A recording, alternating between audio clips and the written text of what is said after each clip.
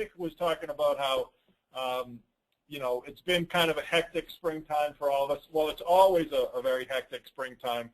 This one especially around the country because unlike last year where everything started very, very early, this year everything started very late. So, it's very difficult to kind of, keep things in line here. And I'm looking at my questions come in. There's a couple other people who still can't hear. And unfortunately, I think that's probably on your part, not on our part, because we've made the adjustments. But we're recording this, and actually we recorded all of the difficulties in the beginning, and we'll post it later on so everybody can see it. But so the point here, guys, is to talk about how we've kind of gotten through our busy season, or the so-called busy season in lawn and landscape. And I think at this point, or at least up to by Memorial Day, you will have kind of made all of the program sales that you're going to make at least until this fall. When you look at a graph or a chart of how your program sales kind of fall, they're obviously going to begin in January, pick up in February, spike in March, absolutely go off the charts in April. But in May, they fall apart. You don't make a lot of new program sales after the end of April and into May. And perhaps this year it was a little bit different because things started a little bit later. But for the most part, your program sales have kind of stopped at this point. So what we want to talk about with today's webinar is how do you keep that new sale or that revenue per customer growing throughout the course of the year. And supplemental services or upsells or optionals, whether you're in a lawn care fertilization type system and program or a landscape maintenance company, there's always ways to continue to grow your business beyond just that initial spike in new program sales. So that's what we wanted to talk about today. And what we'll do is review these couple of issues. What exactly are upsells and supplemental services? You always need a plan. If any of you have talked to Jonathan or myself in the past, and I know many of you have, probably most of you have, it's always all about planning and budgeting, how to get the message out in regards to these services, and then keeping track of things is always important too. Jonathan, why don't I throw it over to you for a minute, and you can give us a couple of opening thoughts too. Sure. So I think it's a really strong topic, and it has been. So I'm in a different market than you. I mean, I know you guys are all over the country, but for me specifically, I'm in the southern market in Texas. So we've absolutely seen a really unique season weather-wise this year that's massively delayed the selling cycle or changed the selling cycle. But just as you said, whether you're selling maintenance or lawn care, there's this massive peak of customer acquisition, especially at the beginning of the year. And so I think one point that many have probably already heard before, but I think it's one of these key marketing things to always keep in mind and kind of pound into your head, and that really speaks to this issue. There's three major ways to grow revenue in a business. And one is we can go out, we can find and attract new clients, which, as we all know, is one of the more expensive approaches, and that's our big spring selling season opportunity. The second is we can raise the prices on our clients. That'll grow revenue. And then the third is the one we're focused on here, and that is we have this opportunity to sell more work to our existing clients. And one of the topics that I'm interested in is one where it's a topic of guys that go in and they do business turnarounds and they fix companies. And it's an interesting topic to me. And the one thing that they generally focus on when they come into a new business, other than fixing expense problems and financial problems, is they look for hidden opportunities in the client base. So they don't generally go into a new business and say, okay, we're going to fix this company by selling tons of new work. Rather, they go in and they say, here's our bucket of clients that we have. What are the underserved opportunities with these clients? And how can we fix this business by growing revenue with the clients we already have? And that's a very common way that they turn around companies. And I think that's very informative for us. And so I think, Tom, that'd be my main point here, just opening this up, is for all of us to really keep in mind that this is one of the major strategies for growing our businesses. And if you want proof that it's a major strategy, look at the guys that have the hardest job, the guys that have to go in and fix businesses that are about to go out of business. And this is exactly what they focus on. Yeah, and I think with that point in mind too, Jonathan, we always need to acknowledge that some of the biggest challenges that we face are really the fact that we can't get too wrapped up in the everyday operations of our business to lose sight of things like that. For many of you who are beyond just a small lawn or landscape company, once you get to a certain point where you've got employees on the road and you've got operational issues and things break and you're trying to make sales and you're dealing with human resources, things like that, you can't, if you want to continue to grow your business, you cannot get wrapped up 18 hours a day in those issues. You have to be able to step outside of those daily operational issues and take a look at your business as a whole and acknowledge the fact that these sort of challenges exist, that if you want to continue to grow your business, and when we say that, we're talking mainly growing top-line revenue, making more gross sales, increasing your revenue per customer. And just like Jonathan said, it's an incredible opportunity to grow significantly.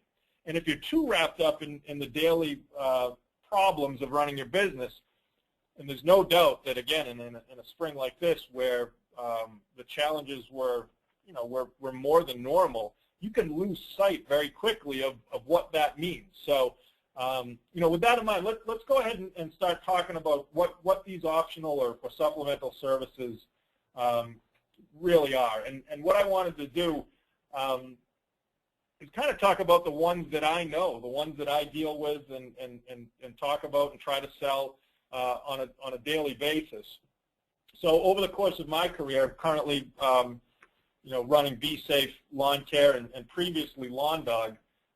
Actually, I think I'm going to jump out of this PowerPoint and actually just go to those websites. And Jonathan, perhaps maybe we can do the same thing with CityTurf and literally just talk about the actual services that we're talking about upselling. And hopefully everybody can see this. And guys, by the way, feel free to go ahead and ask questions anytime. I know that Jonathan and I can kind of tend to go on, and we obviously at times go off topic, but we found that it's always beneficial. But if you want us to stop and focus on one particular thing, stop us and ask a question. Go ahead and type it right into the console, and I can see it, and we'll be happy to answer it. But when I talk about supplemental services or optional services, what I mean in the lawn fertilization business is things that go beyond our regular 6-step program. So I want to talk about things that don't necessarily fit into the standard program. So to drill it down really to specifics, in lawn care, we're talking about things like ant, flea, and tick control, which our customers love. Everybody is kind of on the topic of ticks right now because of it's been such a kind of a wet spring in a lot of places. Ticks are really bad, and there's lots of stories on the news about Lyme disease and things like that. Aeration with overseeding.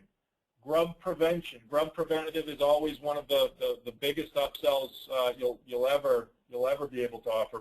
In most parts of the country, people are pretty afraid of grubs. And pH adjustment, meaning doing a soil test and adding lime or even gypsum or sulfur to go the other way.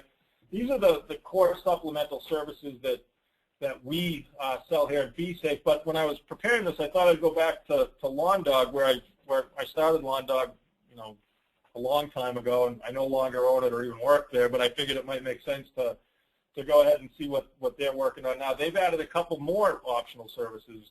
A wetting agent, which is a good way, especially in drought seasons when there's lack of rainfall.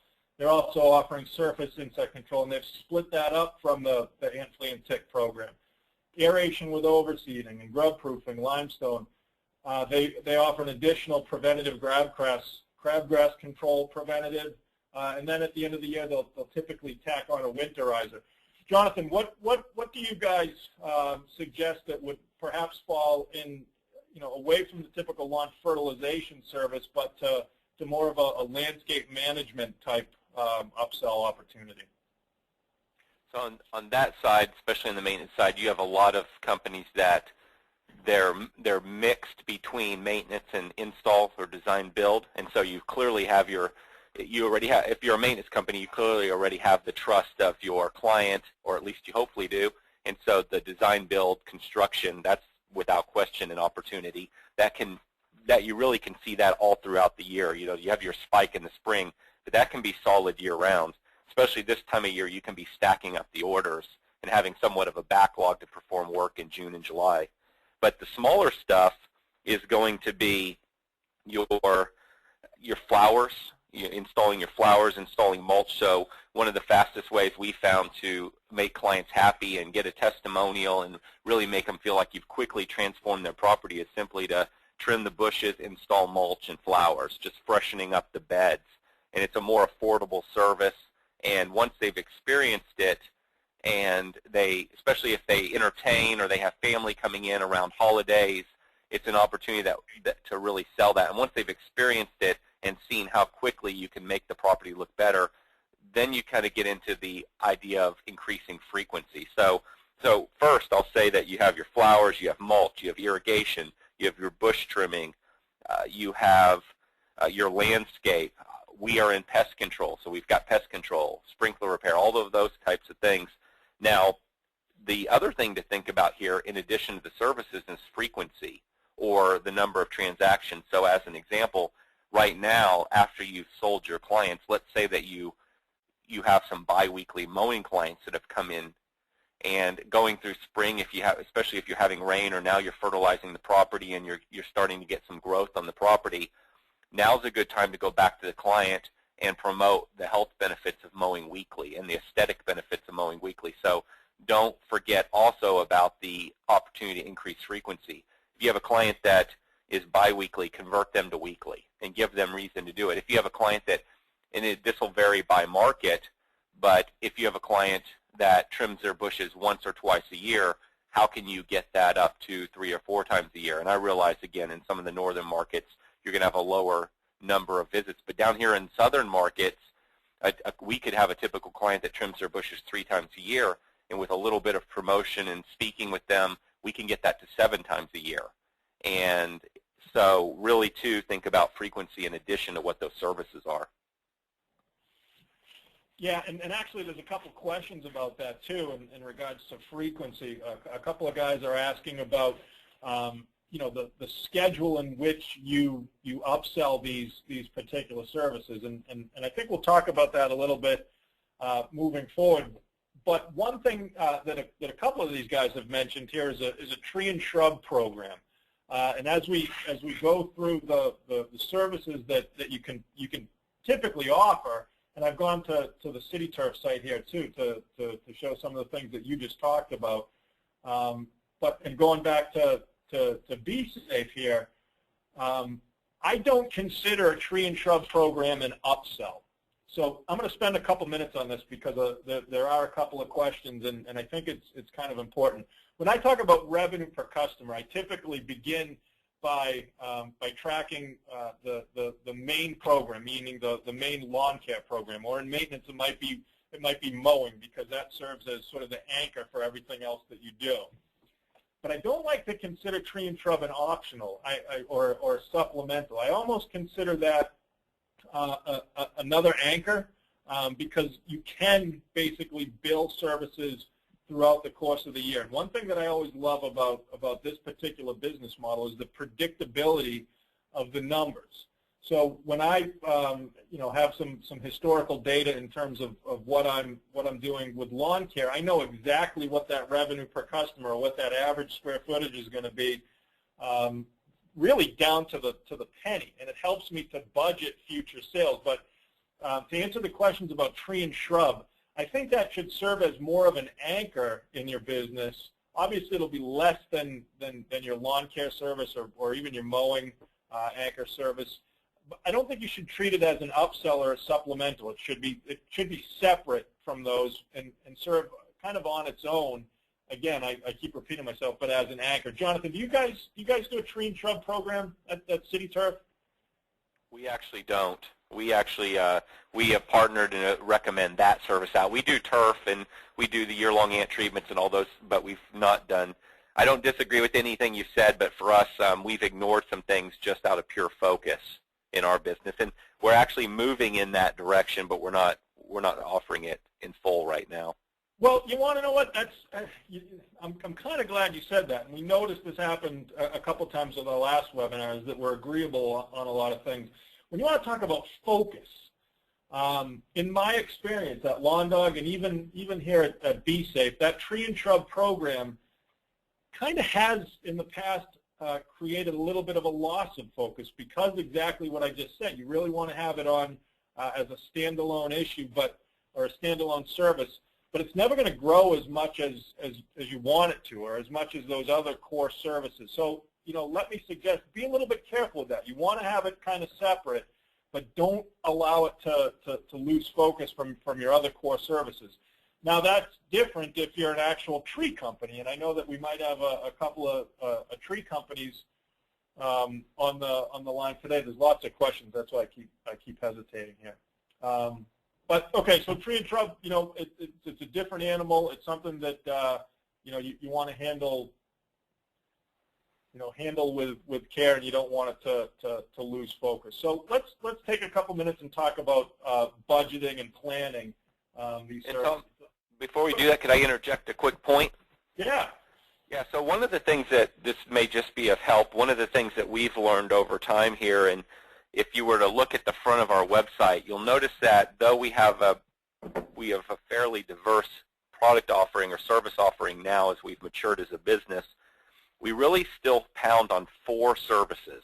In our case, it's mowing, lawn care, so fertilization and weed control of the turf, irrigation, so sprinkler repair, and we specifically in the southern market use the word sprinkler repair, not irrigation, and then 4th, pest control. Now, we offer all these other services, mulch, flowers, all these other areas. So what we've tried to figure out in our business is what are the bigger profit centers? What are the services we most like that contribute or have the potential to contribute the most profit to the company? And we focus on those services. So if you look at our marketing or you look at our trucks, our big box trucks, they only talk about 4 services. They don't list 18 services on the side. Our direct mail lists the 4 core services. And now when we speak more directly with the client or we make recommendations or we might mail to them an upsell or we might have an email offer, we might promote something more specific such as flowers. But rather than having a message that is somewhat watered down by constantly trying to promote the 15 things we can do for them because they can't remember 15 things, we promote the 4 most important things. And we have found that by simply saying mowing, sprinkler repair, pest control, and fertilization and weed control, and using that exact language, they then tend to assume we do bush trimming, flowers, mulch, and landscape. And so we often will get the call for those other services, even though we don't always specifically mention those. So thinking in terms of a little bit, talking about focus, thinking about what are those core services. And 2, Tom, if you look at the front page of City Turf, so if you go back and click on the logo and then scroll down, something worth noting is taking that concept even a step further. And so once that loads, scroll down just a bit there and towards the bottom, and notice there, lawn maintenance, pest control, sprinkler repair, they're just below the Google, Yelp, and Yahoo. We've actually gone as far as for pest control and sprinkler repair to create specific websites specifically for those services. So we have our lawn care site, but then we also have a pest control site. We also have a sprinkler repair site. And so if we're doing any pay-per-click or Google AdWords advertising, rather than sometimes running our main website, we'll advertise, or when the client, or excuse me, the lead clicks on the link in Google AdWords, they'll go straight to a site about sprinkler repair or about pest control because that's the exact thing that they're most worried about in that exact moment.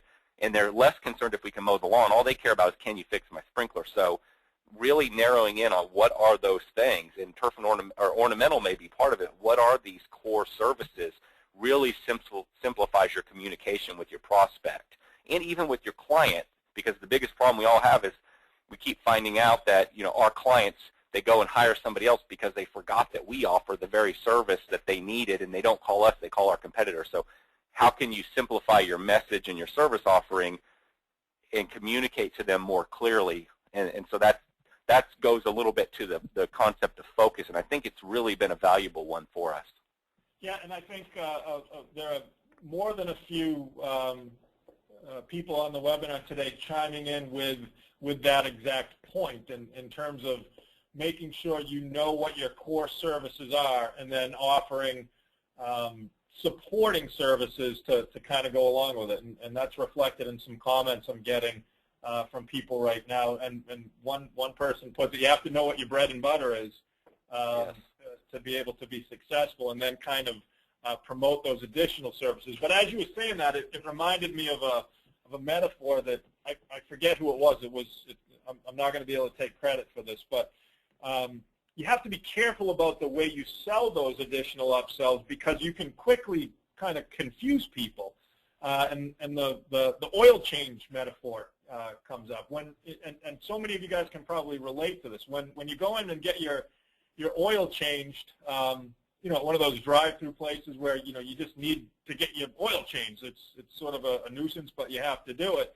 How many of you get annoyed when you go in there and you pull up and the guy comes over and all you really want is that $19 oil change, but all of a sudden he starts hitting you with literally like dozens of upsells right at the point of that initial introduction. When you say, I just want my oil change, he says, well, we can do your windshield wipers, we can change your transmission fluid, we can do this, we can do that. How many guys get annoyed with that,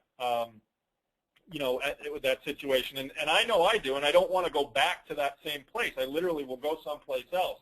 Keep that metaphor in mind as you begin to kind of build these supporting services. People don't want to be overwhelmed with these things all the time. If you annoy people and you kind of come off as that salesperson that is consistently upselling things, you're going to hurt yourself. So the timing of when you introduce these services is important too. You don't want to swamp people with them all at the same time. So I'm kind of glad the direction that we're going here, because we've determined that you need your focus services, you need your core services, or as John put it in the comments here, your bread and butter. You need to know what those are, but you can consistently grow your top line revenue by having those supporting services too. So what I did here, this is just a document that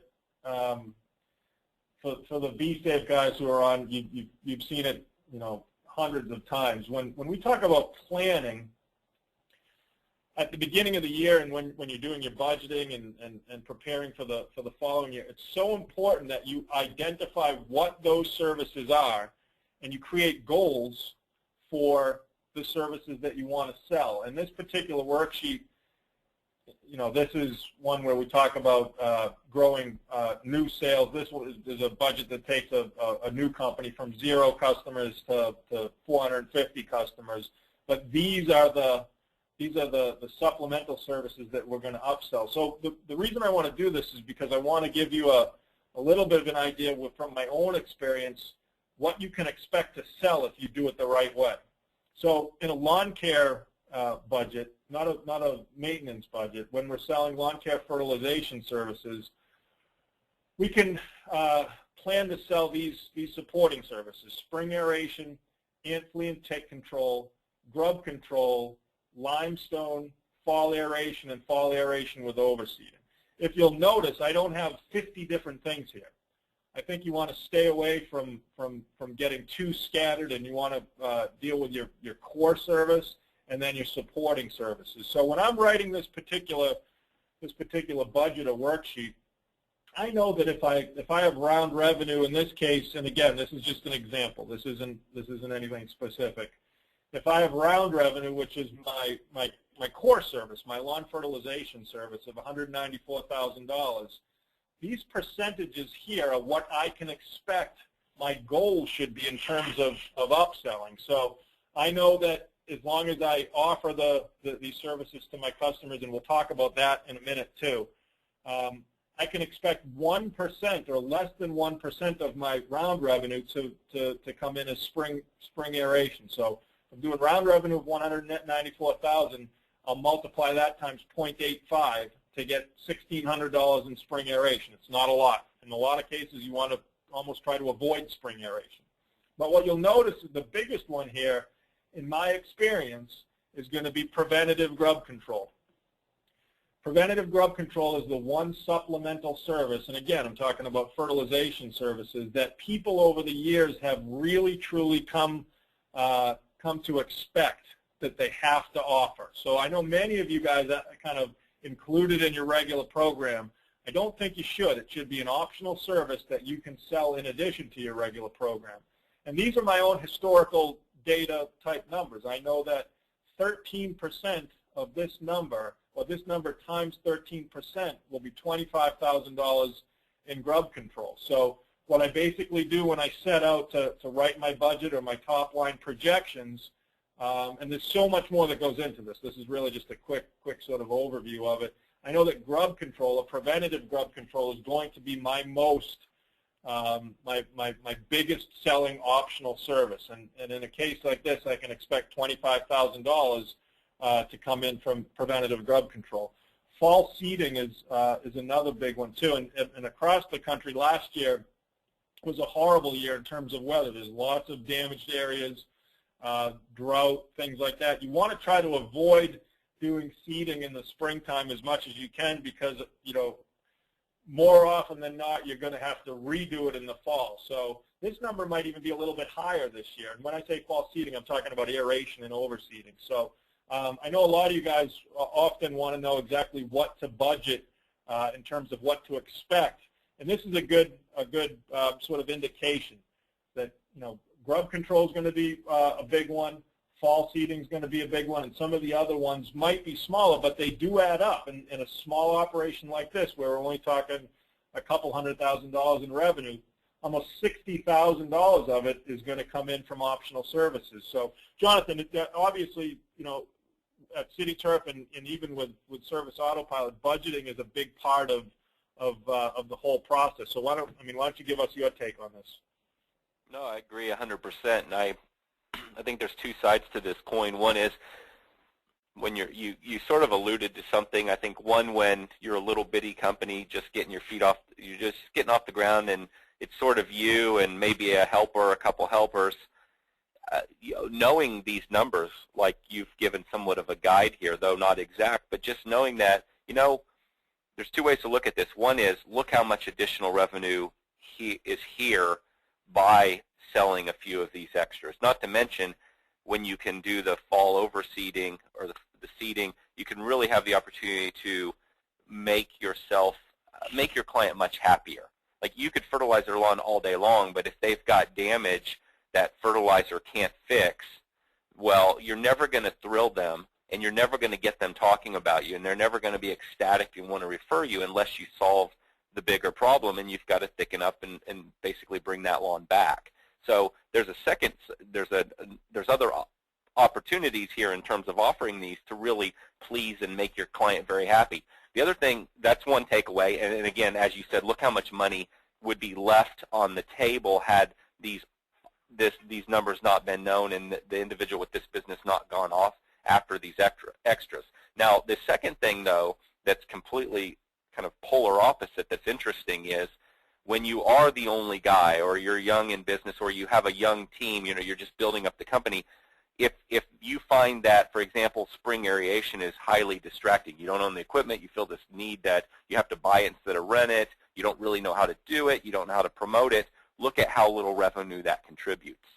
And so sometimes when you look at these numbers, you also look at them from the standpoint of thinking, we could stay out of this for another year or two, and we could stay completely focused on what matters most. And what matters most is grub control and fall seeding.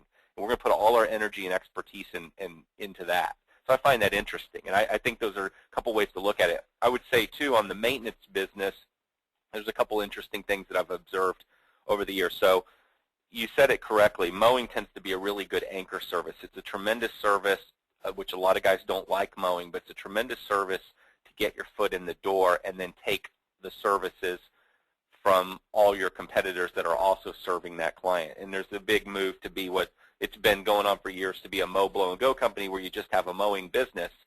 And if you can build route density, then I think there's an argument against that strategy. But where I'm going with that is if you look at mowing as your anchor to sort of mimic what you have here, what you would see in a maintenance business is you would see that a big percentage for us in our business, lawn care is number 2 behind mowing. It's huge. But then if you, forgetting lawn care, if you were to look at this same chart, you would have mowing as your anchor service, and then below that, your number 2 would probably be bush trimming. And then below that, you would have something like hand weeding the flower beds or pre-emerging the beds, which sort of gets into lawn care.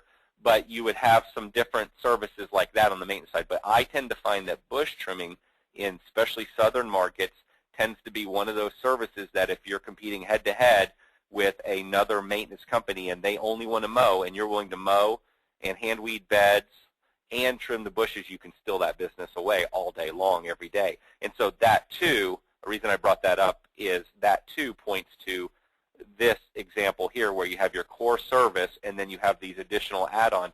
Sometimes offering the add-ons, even though they contribute a smaller percentage to revenue, is necessary.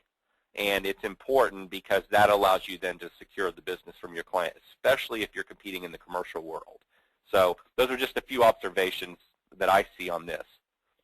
Yeah, and let me, again, the questions are coming in pretty hot and heavy, and thank you guys. I appreciate it, and we always want to give you the information that you want to hear, so please don't hesitate to type them in, and I'm appreciative of the ones that are. A question that's come up here, and it's a great one because in my experience it's come up a lot. Will you offer one of these optional or supplemental services to customers who aren't on your core business? So if they aren't a mowing customer, would you go ahead and do, you know, annual installation? Or if they aren't a fertilization customer, would you do a one-off spring aeration? And I don't know what you're going to say, Jonathan. I think I have an idea, but I'm not certain. The answer that I'd give you is no. I typically don't want to do that. I typically want to offer my optional or supplemental services only to my existing customers that are on my core service. So only my fertilization customers will be able to get a spring aeration or an ant flea and tick treatment. I think it kind of just waters down a lot of your scheduling. It waters down a lot of your efficacy. Jonathan, what's your take on that? 100% agree. I thought you were going to disagree. I thought you were going to go the other way. No, I agree, and I'll tell you why. There's only one little exception to that. I'll tell you, you know, going back to the beginning of my business, I copied what everybody else did. I didn't have a tremendous amount of experience in the industry, so I copied what everybody else did, marketing, what services they were offering, what the pricing was, how they wrote contracts. I copied it all. Quickly realized that is not the kind of business I want to own, and so we really changed things up. If you were to have seen our business 4 years ago, we didn't offer pest control. We didn't offer sprinkler repair. We didn't offer a lot of these services. There was a point about 4 years ago that we said we'll only work with you if we can auto-charge your credit card when the work's complete. We don't take any clients that we don't auto-charge their credit card. And we don't take one-times. So where I'm going with that is, back to the beginning of my conversation, I said that we figured out there's 4 core services we most care about: mowing, irrigation, which we call sprinkler repair, fertilization, weed control, and pest control. If you'll sign up for one of those core services, we'll take you as a client. If you're not a mowing client but you'd like us to trim your bushes, we don't do it. If you want a spring cleanup, we don't do it. You have to be and we clearly say it in a very nice way. But if you're not a client taking one of our 4 core services, you're not our ideal client. Just like if you don't pay us with a credit card that we can auto-charge each week, you're not our ideal client. We clearly communicate it very nicely because we want to either win the business or have them think of us in 6 months and come back. The only exception to that is in the winter, or in the very slow time of the year, we will make exceptions at times, and it's if the guy working the phones has a gut feeling this could turn into more. Because in the wintertime, sometimes you don't have you'll get some calls. It will take the work. It's good for us because it's a slower time of the year. But what we've observed is we've done some little things like wrapping palm trees. We're in Texas, And though palm trees this isn't the ideal market for palm trees, but wrapping palm trees with burlap has resulted because they tend to be in high affluent areas, has resulted in some clients that got an opportunity to meet us, like us, and trust us because their company wouldn't wrap their palm trees. We then win all their business away. So the only alternative to the strategy I just said is only at the end of the year when we could use the additional revenue, and it gives us an opportunity to sort of wiggle in and take over the entire account. But other than that, just Tom, as you said, in spring, there's too much going on in the way of scheduling. There's too much sales opportunity. There's too many things changing and moving. There's too much going on to do anything that distracts from the core focus or distracts us from taking care of our very best clients. And remember, our very best clients buy one of 4 services. So that's how we look at it. Awesome, awesome. And it's funny because, again, I appreciate all the feedback I'm getting here, but some guys are questioning our wisdom on that, Jonathan. I understand. Because, you know, it's hard to turn something away. If somebody says, hey, I want you to come out and I'm going to pay you money to do this, it's hard to say no. But I hate to kind of put it this way, but trust us on this one, because I think in the long run, in the long term, it's absolutely critical that you don't get yourself spread too thin. And the customers that are going to call and want only one sort of fringe type service are not the type of customers that you want to do business with, and I'll tell you why. Callbacks, write-offs, bad debts. You want to deal with the customers that want to pay you a premium for the service that you offer. When you start getting down to the nickels and the dimes and the can you come out and oh, how about the one-time mow? Back when I did maintenance, it was a nightmare. One-time mows are literally, just horrifying. You go out there and the lawn hasn't been mowed in 6 weeks. It's 2 feet tall, and you're getting $40 to do something that's going to take you 3 hours to do. I hate to say it, but I think you should trust us on this one, guys. I think it's really critical that you stick to your core services, identify what those optionals are, and stick to that. Yeah, I'd add one more thing. I think if you are aware of the topic, so if you're questioning it and you're thinking, you know what, they could be wrong on this one, fine. Just be aware of it now, and then pay close attention. And I'll give you an example. Mowing is a good one, but this is I look at it in fertilization and weed control too. You got the client that calls, they want a one-time weed killer. They want us to come kill their weeds one time. So we got plenty of weed varieties that we have to make one or more visits to really truly eliminate them from the lawn. So you go and you make the one visit because they begged you on the phone to do it. Please, all I need is one. I understand it won't work perfect. I understand that I really need to be doing the full program, but I just need this one visit, please. So you go do it, and then 3 weeks later you get a call. My lawn looks terrible. You guys didn't do any good. Or if you're charging them a credit card, they do a charge back on your credit card and say, they did a terrible job. And then even if they never say anything, but then when the friend says, hey, who should I use with lawn care company? I wouldn't use those City Turf guys. They came out and did a weed treatment. It didn't work. You never know about what you're not going to hear. And then I'd add to it mowing. Tom, you gave a perfect example. Client calls up. What do? Oh, I need a one-time mowing. My husband's out of town. The lawn's getting tall. But, it's not really that bad. You guys, it won't be that bad when you get here, I promise. And they're begging you to get out here. I got to have you out today because I've got company coming tonight, or I'm showing the house tomorrow. So what do? You juggle your schedule. You move things around. You have 5 phone calls with this person. They call in the middle of the day. Are you guys coming? You're not here yet. So now you've distracted your staff. And who's getting neglected? In our case, it's our client that pays us $2,500 a year is getting neglected, so we can make $40 from somebody that will never use us again, never refer us again. So we're now chasing $40 and potentially harming our other clients. Yeah, and all the time, energy, and effort that goes along with chasing that $40. It's hard to quantify that too. And Abby here kind of asks the funny question: how do you turn people down nicely? Well, just be nice about it. Just say, I'm sorry, but we only do that service for customers who are on our maintenance program or on our lawn care program. And I think you'll probably generate an estimate from it too. But you can explain that you really plan. Our schedules are very planned out to be efficient, so we always show up on time for our clients so that they see us every day when we say we're going to be there. And because we have to plan ahead so much, it's hard for us to fit in the one time, so we'd love to put you into our regular schedule, and I can guarantee you that you'll see us every time we say we'll be there, and that's how we do it. You can communicate it, you flip that into a benefit, and you're saying we have to do it this way to honor our promises and guarantees to our clients, and we have found that when we make exceptions, we end up putting ourselves in a position where we can't take the very best care of our clients. And however you want to word that, but you flip it around into basically a benefit of doing business with you instead of a negative of turning down the client.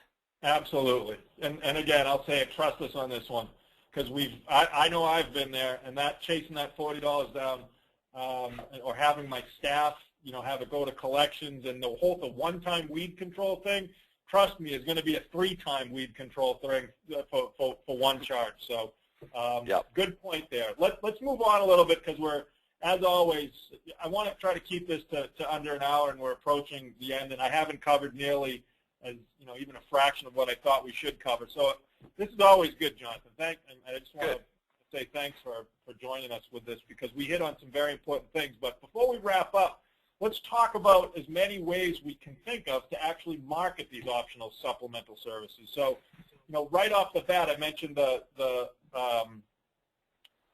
oil change metaphor. Don't throw every single service at your new customer on the same day ever, because you're just going to tick them off. So you kind of want to trickle them in over the course of the entire year. So, off the top of my head, the first one I can think of is just the good old-fashioned leave behind. So every time you're doing a fertilization or a mowing or something like that, you should have your core, not your core services, your supplemental services of that particular time of year. So at BeeSafe right now, guys, what we're doing is we're all in round 2. But with round 1, let me start there. When our guys go out and they do the first application of the year, they leave a leave behind at every single house they treat. And with that leave behind is some information about 2 services. We always do 2 services per treatment. So with round 1, what we're doing is we're doing a leave behind for Lyme, and we're doing a leave behind for ant, flea, and tick control. And with the Lyme, what we do is we actually take an actual pH test of the soil using one of those, a portable pH meter, not one of the cheap ones, but we use a Kelway. Get the actual pH of the soil, and I say Lyme. If you're in parts of the country where your soil is alkaline, you need to do something else. But so we get an actual pH reading. We leave them a price quote for Lyme, and we leave them a price quote for ant, flea, and tick. And each one of those leave behinds has a description of what that particular service is. We don't force it on them. We don't call them and tell them that they need it. But we use language that suggests that it's something that's very valuable to them. So the first one is leave behind. What do you think, Jonathan? Absolutely. I'm in agreement. Yep. How about email blasts?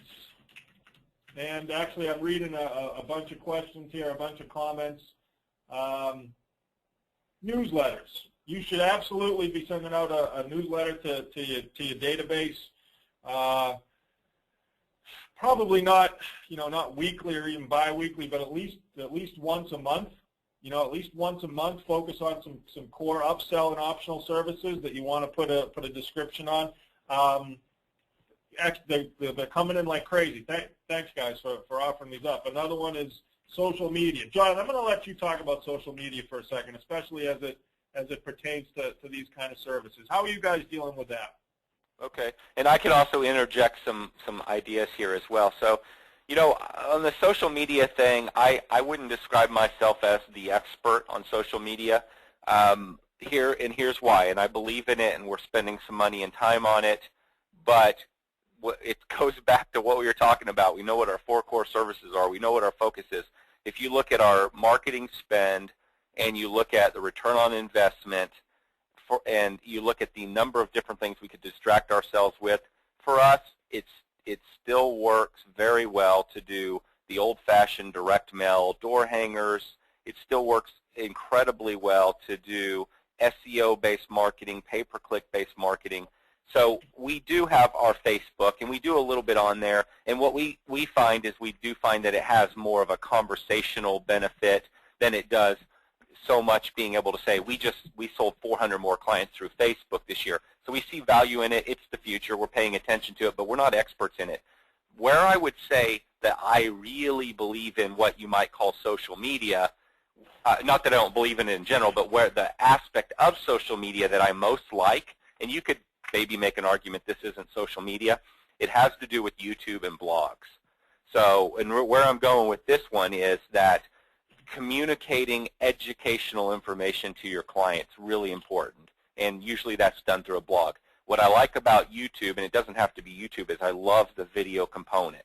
I find that a client that can see you, see your team, realize that you're real people, that you look like good people, that you know what you're talking about, really resonates, and it really allows them to connect with you over all your competitors who have faceless websites that their About Us page doesn't even mention who the owner is or anything. And so I would focus on social media. My favorite aspect of it is the video element and the blogging element. So Facebook, great, fine, good, do it, but I wouldn't spend an extraordinary amount of money on it.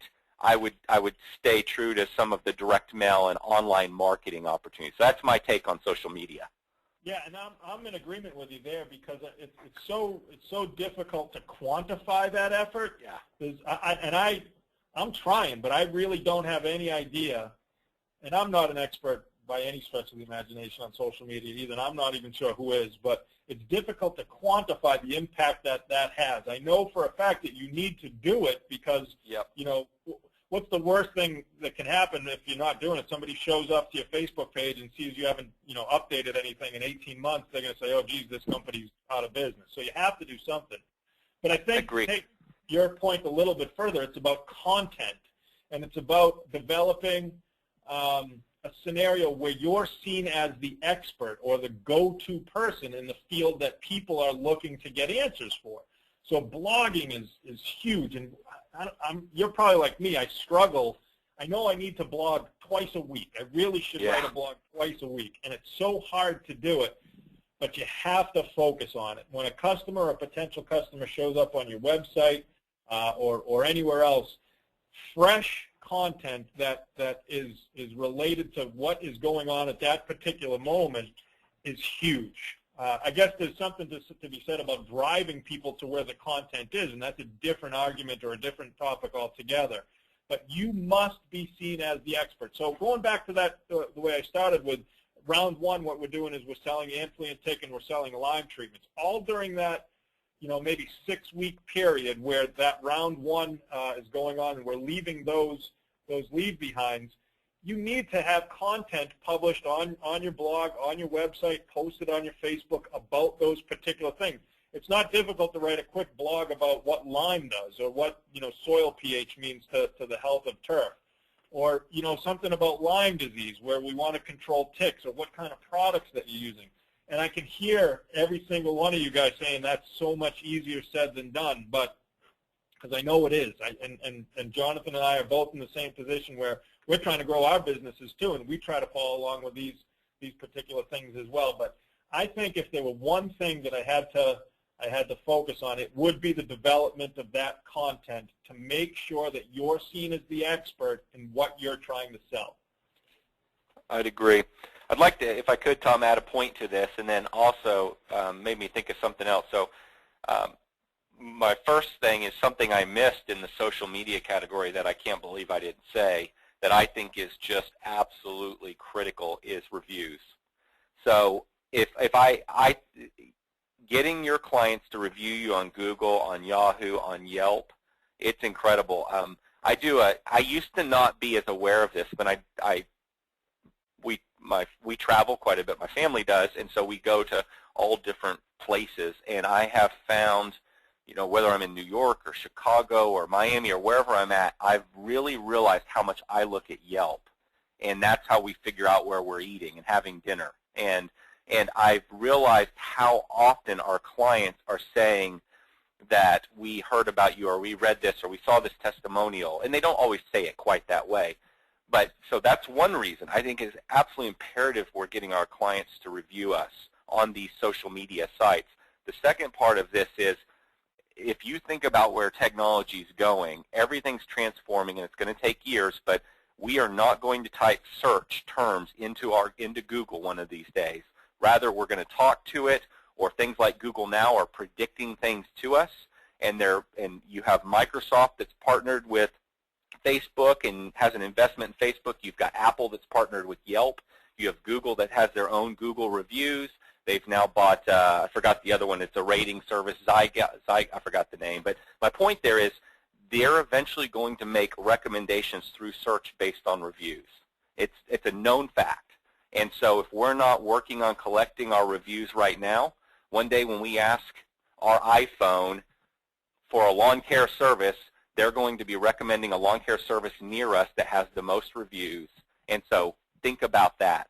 Really, really important. And that's sort of one thing I'm going to add real quick, Tom, to the top of your list that I think is really important is that, oh, and by the way, little tidbit, Yelp is a beating when it comes to get reviews. So when you're getting reviews for Yelp, what you do when you're talking to your client, you say, do you use Yelp? Are you a member of Yelp? And you don't say it exactly this way. If they use Yelp, you ask them to give you a review on Yelp. If they do not use Yelp, do not ask them to review you on Yelp. For CityTurf, we have so many reviews that are blocked. I don't know what the number is, maybe 20 that are blocked and hidden that are legit reviews that we've got our clients to do, but since they don't have friends on Yelp, since they don't often review on Yelp, Yelp won't show any of those reviews. So Yelp is very, very strict. So only have clients that use Yelp review you on Yelp. Otherwise, have them review you on Google or Yahoo or Bing. One more thing. Adding to the top of your list, Tom, where I would really, this is again an administrative hassle in some sense, but I find it to be of high value. Sending your client a welcome package, welcome something that is a wow experience as soon as they sign up for you. No other lawn care company sends it to them. Send them something. We do it. We've been doing it for 5 years. We send them something out of the ordinary. They never expect to get a big package in the mail from us. In that big package, that's your first opportunity to make your first upsell, or it's your first opportunity to capture a testimonial. And so Tom, I believe, is exactly correct in that we want to space out our offerings and our requests for upsells, and we want to do it in an educational way. But your welcome package, in my mind, is your very first opportunity to either get your upsell or your testimonial or your review. And the reason for that is when they first sign up for you, that's when they love you the most. It only goes downhill from there. And not necessarily, it can get better, but they are ecstatic. They're buying you. They think you're hopeful, or they believe you're going to be the best service ever. You haven't even done anything yet to possibly even disappoint them or make a mistake. You have your very best chance right there in that moment to get more business from them or get a glowing review. Again, not saying you can't do it later, but that's your first point, first opportunity to go upsell something to your clients immediately after they buy. I guess the one takeaway from all of this, and again, guys, I think we're probably going to wrap up. We've been at it for an hour, but based on what Jonathan just said, you have to, if you truly want to grow the top line of your business, and we're talking about gross sales, if you want to make more money, if you want to grow that top line, you have to be able to seek out and use every single opportunity you possibly can. It's so easy to get lazy. It's so easy to get caught up in, oh man, that mower's broken, or it's, I got an employee who's mad, and to get stuck into those daily details of running your business. If you're going to be one of the companies that exceed and go beyond that level, you need to be able to almost exploit every single opportunity to market your services. And you have to do it with intelligence, and that's kind of what we were talking about with the types of services and to not get spread too thin. So you have to do it in an intelligent manner, but find a way to exploit every single opportunity, of course, without being annoying. But the welcome package is a great idea, and Jonathan's so right. You're a hero at the beginning. Now, in most cases, you'll mess up this or you'll do something wrong. It's hard to keep everybody happy all the time. But that's an example of finding a new way to get more sales. You need to literally almost exploit every single opportunity and create new opportunities to be in communication with your customers. So we've gone more than an hour here, guys, and I know I've got a ton of questions here. it's going to take me a minute to kind of go back and look at them. But does anybody have anything else in particular they'd like to ask? A couple of people mentioning thank you letters. I guess that kind of goes along with the welcome package. Lots of comments on social media. Maybe that's something we need to explore in another webinar, because it's sort of the great unknown, and as I said, I don't know how to quantify it, and I don't know how to exploit that particular opportunity. I know we need to do something, but it might be worth talking about. I will say that from our research and from friends of mine that are very involved in marketing and testing, right now, most of the guys I know that are truly getting results, these are guys that actually measure, they're getting their results off of running the equivalent of pay-per-click ads in Facebook, so running advertisements. Those are the guys I know that are generating the most money off Facebook. Yeah, and that's something that I think is we did a little bit of that here too, using the auto estimator, the My Lawn Quote program, where guys would put a pay-per-click ad directly in Facebook that says you can do your own estimate, we can be there tomorrow, and then you pay for each click. And I didn't even bring it up, but My Lawn Quote is another tool that BeeSafe uses all the time to upsell, in-season services. A couple people are asking if we have this webinar every week. We don't have it every week, and I guess maybe we'll use that as a segue to close up. But Jonathan and I, we like to do these.